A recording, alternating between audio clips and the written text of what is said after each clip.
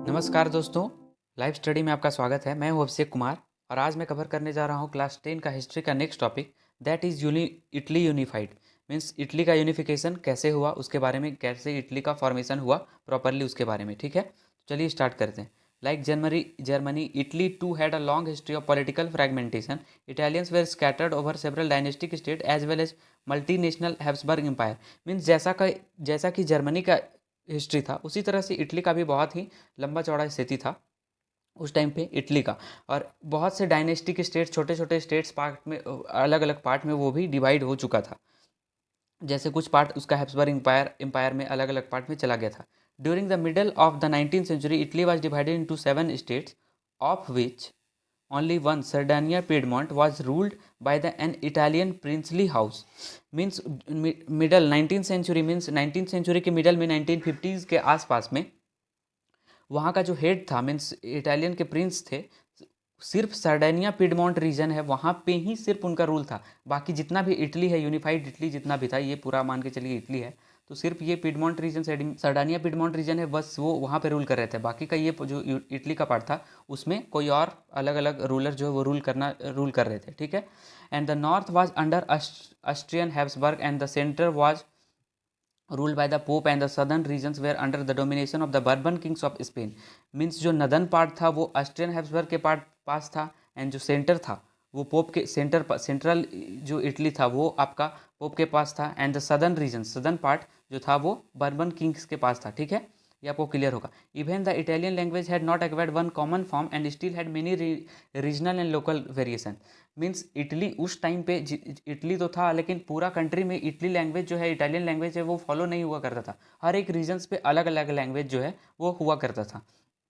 तो फर्दर हम लोग देखते हैं नेक्स्ट टॉपिक में कैसे यूनिफिकेशन जो है वो इटली का यूनिफिकेशन हुआ। ठीक है।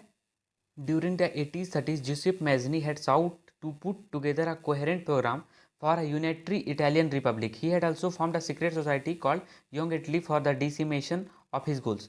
1830s के टाइम में, 1830 से 40 के बीच में, ज्यूसेप मैजनी जो थे, इनके बारे में पहले आप लोग को बता चुका हूँ। ये अलग अलग कोहेरेंट प्रोग्राम्स वगैरह, ग्रुप वगैरह बनाना स्टार्ट की, सीक्रेट सोसाइटीज़ वगैरह से बनाना स्टार्ट किए, ताकि इटली जो है उसको रिपब्लिक किया जाए और इटली को यूनिफाई किया जाए। इसके लिए, ठीक है, इसके लिए बहुत से सीक्रेट सोसाइटीज़ बनाए थे, जिसके बारे में आप लोगों को पहले बताए हैं। जैसे सबसे पहला है young Italy in Marcellus, and second है यंग यूरोप इन बर्न। ठीक है, तो वो यूनाइट करना चाहते थे, इसके लिए ऐसा किया।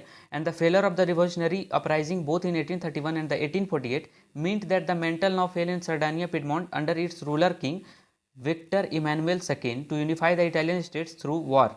मीन्स जो वो इम्प्लीमेंट किए थे, सेक्रेट सोसाइटी का गठन किए थे, उससे कुछ भी बेनिफिट नहीं हुआ बहुत। तो जो सर्डानिया पिडमोंट के जो हेड थे, मीन्स जो रूलर थे वहाँ के किंग विक्टर इमानुएल सेकेंड, उन पे ये प्रेशर बढ़ा कि वो किसी भी तरह से इटली को यूनिफाई करे, चाहे वो वॉर करके करे या लड़ाई करके या किसी भी तरह से। इसलिए वो फेलियर का इफेक्ट जो है इन पे पड़ा। ठीक ठीक है। In the eyes of the ruling elites of this region, a unified Italy offer them the possibility of economic development of political dominance. Means इनका सिर्फ एक ही मोटिव था।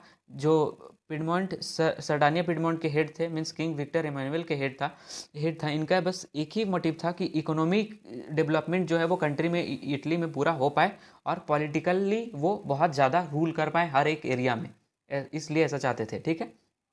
नेक्स्ट क्या वो देखते हैं। Chief minister Cavour who lead the movement to unify the regions of Italy was neither a revolutionary nor a Democrat.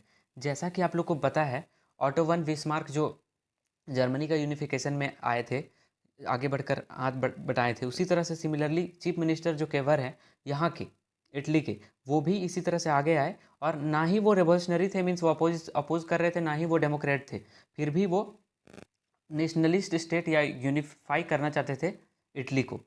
क्या वो रोल प्ले की, उसके बारे में हम लोग यहाँ समझना है।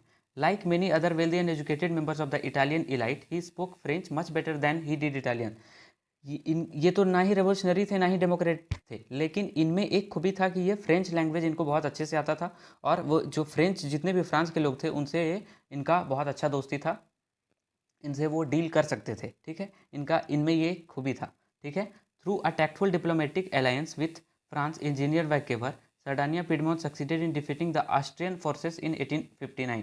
मीन्स 1859 में अपना कुछ टैक्टफुल कुछ तरीका लगा के डिप्लोमेटिक तरीका से कुछ ऑफिशियली फ्रेंच से बात करके जो सर्डानिया पिडमोंट जो रूल कर रहे थे, सर्डानिया पिडमोंट का जो रीजन था वो ऑस्ट्रियन फोर्सेस के द्वारा ऑस्ट्रियन फोर्सेस को हरा करके जीत लिया गया था 1859 में। ठीक है, इनके हेल्प से जो वहाँ के हेड थे, सर्डानिया पिडमोंट के हेड, वो जीत लिए थे। ठीक है, apart from regular troops a large number of arm volunteers under the leadership of Joseph Garibaldi joined the fray. In 1816 they marched into South Italy and the kingdom of the Two Sicilies and succeeded in winning the support of the local peasants in order to drive out the Spanish rulers. Means ये बाद में वो सर्डानिया Piedmont का जो इधर का part था, means ऐसे समझिए ये मैप है इटली का, ये सर्डानिया पिडमोंट इस पार्ट में था, तो इस पार्ट को तो वो कैप्चर कर लिए थे, इस पार्ट में पूरा ऑस्ट्रियन फोर्सेस को हरा करके। लेकिन लॉन्ग टर्म में कुछ दिनों के बाद ये सदर्न पार्ट में, इस साउथ पार्ट में अटैक किए और वहाँ के भी किंगडम ऑफ टू सिलिसेस जो यहाँ पे किंगडम है उसको भी वो फर्दर कैप्चर कर लिए, सक्सीड कर लिए, जीत लिए थे। ठीक है, and in 1861 Victor Emmanuel second was proclaimed king of united Italy. और 1861 में 1861 में विक्टर इमानुएल सेकेंड को यूनाइटेड इटली का राजा घोषित कर दिया गया, वहाँ का किंग घोषित कर दिया, विक्टर इमानुएल। इसको याद रखिएगा, इंपॉर्टेंट क्वेश्चन है, एग्जाम में आ भी सकता है। However much of the Italian population among whom rates of illiteracy were very high remain blissfully unaware of the liberal nationalist ideology. समझिए कि वहाँ के जो लोग थे, इटली के जो लोग थे, इतना ज़्यादा इलिटरेट थे, मीन्स उनको ये भी नहीं पता था कि किस लिए वो फाइट कर रहे थे, वो उनका ऐसा मानना था। The peasant masses who had supported Garibaldi in southern Italy had never heard of Italia and believed that the Lord Italia was Victor Emmanuel's wife. Means इसका जो जहाँ वो वहाँ के जो पब्लिक थे उनका ऐसा मानना था कि जो लोग हैं, मीन्स जो राजा है हम लोग जो फाइट कर रहे हैं वो एक एरिया को जीतने के लिए, बस उसका एक ही रीज़न है कि इनका जो विक्टर इमानुएल है उनका वाइफ को ले गया है वहाँ पे। ऐसा मीन्स लॉर्ड इटालिया वर्ड जो है वो नेशनलिस्ट का इटालिया वर्ड जो है वो सुने नहीं थे, और नेशनलिस्ट मतलब वो उनके आज़ादी के लिए ऐसा हो रहा था, वो ऐसा मतलब उनको इतना भी नहीं पता था, इतने ज़्यादा इलिटरेट